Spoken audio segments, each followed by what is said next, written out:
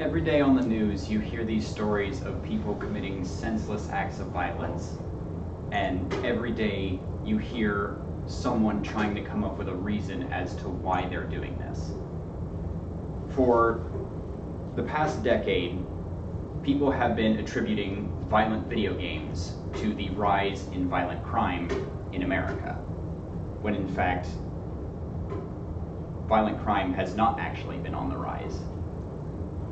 Today, I hope to explain to you why violence in America is not caused by violent video games or video games of any kind. And first, I will discuss the link or lack thereof between aggression and video games. In a study by Christopher J. Ferguson, a psychologist from the University of Stetson, he performed this study to measure if there was causal evidence between video games and aggression and antisocial behavior.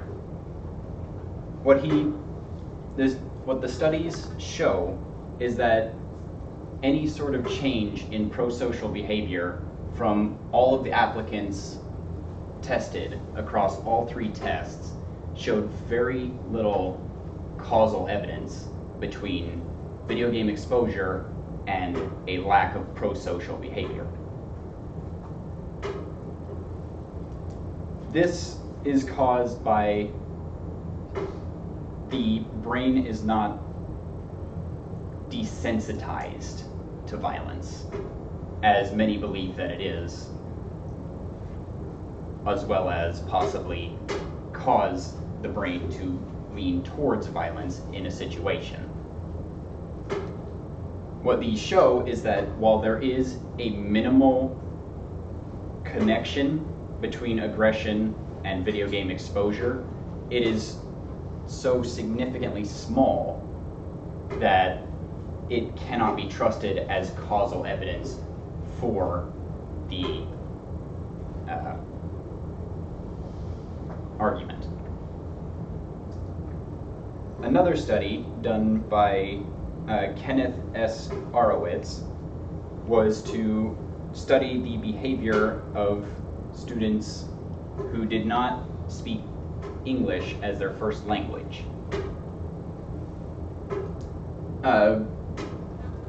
Bivariate results suggest that violent video games have very small relationships with aggression, decreased prosocial behavior, and reduced academic performance, but not with depression.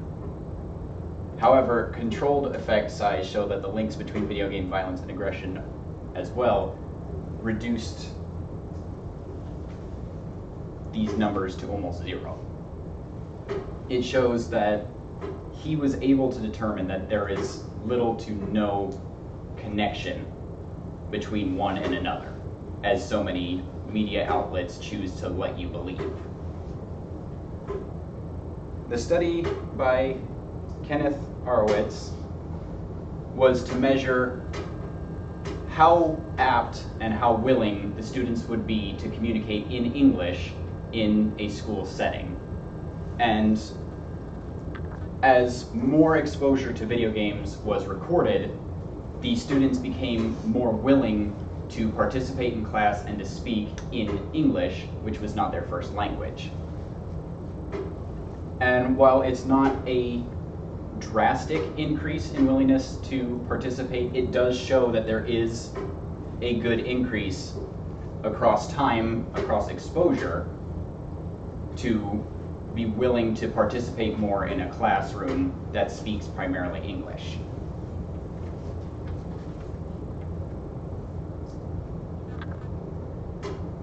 Now, you may be asking, how do crime rates affect this or reflect the aggression that people show, and what is the difference over time as video games have been released?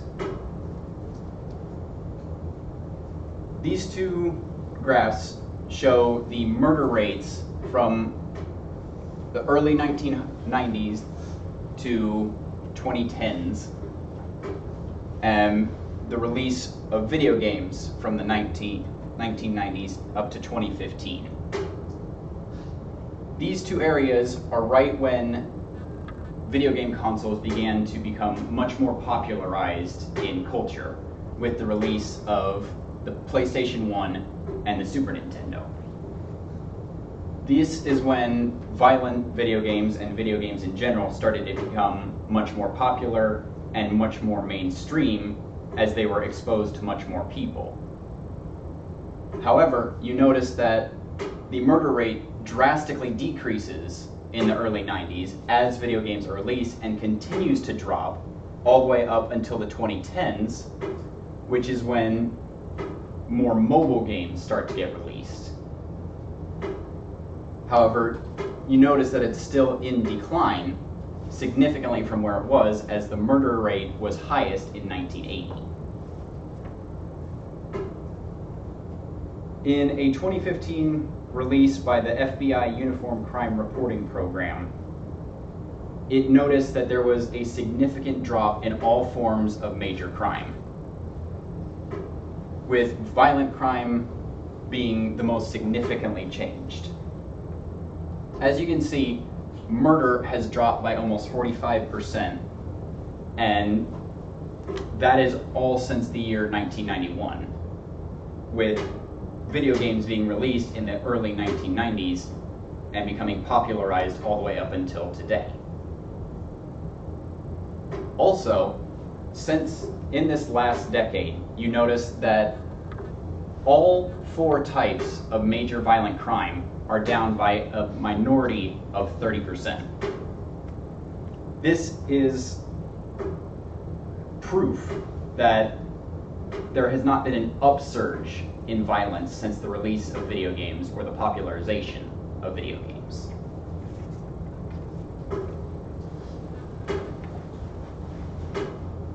What has changed, however, is the frequency and violent tendencies of mass shooters.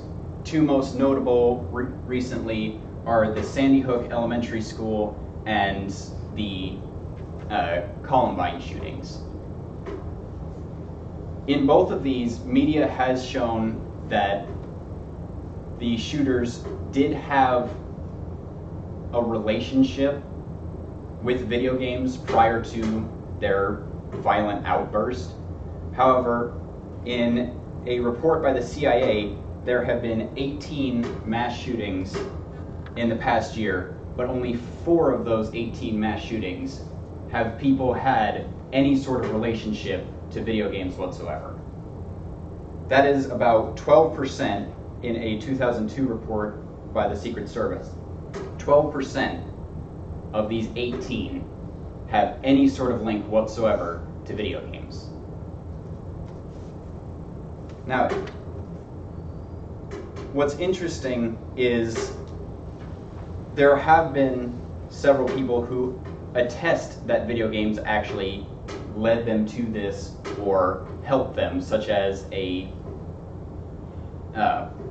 shooting in Finland in 2011, that this shooter did attest that he used Modern Warfare, a very popular game, as many of you know, to help with his target acquisition and priority setting. However, this 12% of people cannot be attested to the majority that people in America are. Hopefully, I have been able to at least educate you a little bit on what violence in America is and how it has in no way been caused by video games, and hopefully you are able to have better conversations regarding violence in America.